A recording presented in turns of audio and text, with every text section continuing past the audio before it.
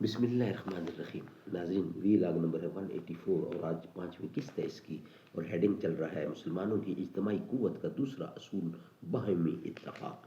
ناظرین، معارف القرآن جلد نمبر 2، پیج ہے 129، سورۃ آل عمران نمبر 3 اور آیت نمبر ہے 103.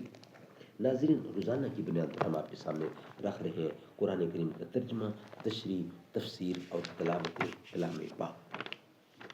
ناظرین، اس کتاب کا ٹائٹل ہے معارف القرآن جلد نمبر 2، سورۃ آل عمران سے لے کر سورۃ النساء تک، پارہ نمبر 3 کا رکوع نمبر 9 سے لے کر پارہ نمبر 6 کا رکوع نمبر 4، اور رائٹر ہیں اس کتاب کے حضرت مولانا مفتی محمد شفیع صاحب عثمانی رحمۃ اللہ علیہ، مفتی اعظم پاکستان. نحمده ونصلی علی رسولہ الکریم. بسم اللہ الرحمن الرحیم. قال النبی صلی اللہ علیہ وسلم: خیرکم من تعلم القرآن وعلمہ.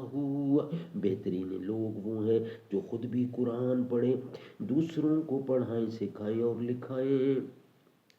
پھر یہ انسان آنسوئے افلاک ہے جس کی نظر قدسیوں سے بھی مقاصد میں ہے جو پاکیزہ تر.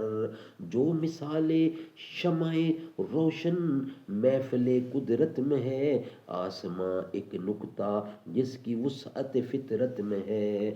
جس کی نادانی صداقت کے لیے بےتاب ہے، جس کا ناخن ساز ہستی کے لیے مضراب ہے.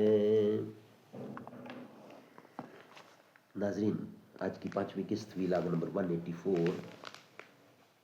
اس لیے قرآن حکیم نے صرف اتحاد و اتفاق اور تنظیم و اجتماع کا واضح ہی نہیں فرمایا، بلکہ اس کے حاصل کرنے اور باقی رکھنے کا ایک ایسا منصفانہ اور عادلانہ اصول بھی بتلا دیا جس کے ماننے سے کسی گروہ کو اختلاف نہیں ہونا چاہیے. وہ یہ ہے کہ کسی انسانی دماغ یا چند انسانوں کے بنائے ہوئے نظام و پروگرام کو دوسرے انسانوں پر تھوپ کر ان سے یہ امید رکھنا کہ وہ سب اس پر متفق ہو جائیں گے، عقل و انصاف کے خلاف اور خود فریبی کے سوا کچھ نہیں. البتہ رب العالمین کا دیا ہوا نظام و پروگرام ضرور ایسی چیز ہے کہ اس پر سب انسانوں کو متفق ہونا ہی چاہیے. کوئی عقل مند انسان اس سے اصولاً انکار نہیں کر سکتا. اب اگر اختلاف کی کوئی راہ باقی رہتی ہے تو وہ صرف اس بات کو پہچاننے میں ہو سکتی ہے کہ احکم الحاکمین رب العالمین کا بھیجا ہوا نظام کیا اور کون سا ہے. یہودی نظام تورات کو، نصارہ نظام انجیل کو خدا کا بھیجا ہوا واجب التحمیل بتلاتے ہیں. یہاں تک کہ مشرکین کی مختلف جماعتیں بھی اپنی اپنی مذہبی رسول کو خدا تعالیٰ ہی کی طرف منسوب کرتی ہیں.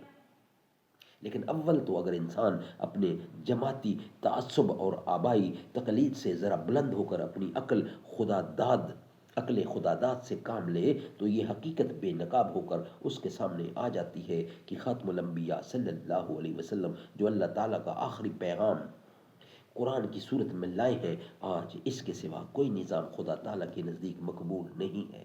اس سے بھی قطع نظر کیجئے تو اس وقت مخاطب مسلمان ہیں جن کا اس پر ایمان ہے کہ آج قرآن کریم ہی ایک ایسا نظام حیات ہے جو بلا شبہ اللہ تعالیٰ کی طرف سے بھیجا ہوا ہے. اور چونکہ خود حق تعالیٰ نے اس کی حفاظت کا ذمہ لے لیا ہے، اس لیے قیامت تک اس میں کسی قسم کی تحریف و تغیر کا بھی امکان نہیں. اس لیے سر دست میں غیر مسلم جماعتوں کی بحث کو چھوڑ کر قرآن پر ایمان رکھنے والے مسلمانوں ہی سے کہتا ہوں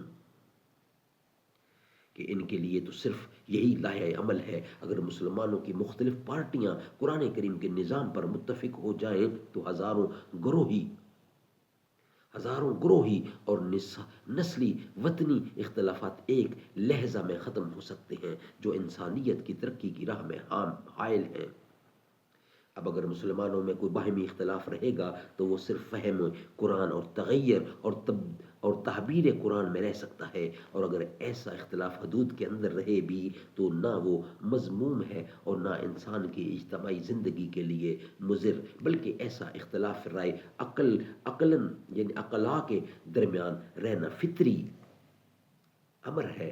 سو اس پر قابو پانا اور حدود کے اندر رکھنا کچھ دشوار نہیں، بخلاف اس کے کہ قرآنی نظام سے آزاد ہو کر ہماری پارٹیاں لڑتی رہیں تو اس وقت خلاف و جدال کا کوئی علاج نہیں رہتا. اور اسی اختلاف و انتشار کو قرآن کریم نے سختی کے ساتھ منع فرمایا ہے، اور آج اسی قرآنی اصول کو نظر انداز کر دینے کی وجہ سے ہماری پوری ملت و انتشار و افتراق میں پھنس کر برباد ہو رہی ہے۔ قرآن کریم کی آیت مذکورہ میں اس افتراق کو مٹانے کا نسخہ یکسیر اس طرح بتلایا گیا ہے: وَاعْتَصِمُوا بِحَبْلِ اللَّهِ جَمِيعًا، یعنی اللہ کی رسی کو سب مل کر مضبوط تھامو۔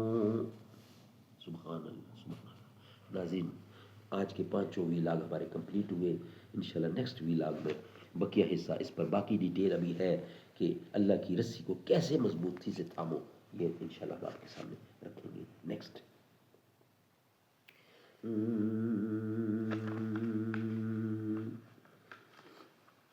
ہر ایک مقام میں، ہر ایک جہاں میں، ہر ایک مقام پر نبی کے جھنڈے گڑے ہوئے ہیں، جو ان کی عظمت کو مانتے ہیں، نبی کے در پہ پڑے ہوئے ہیں۔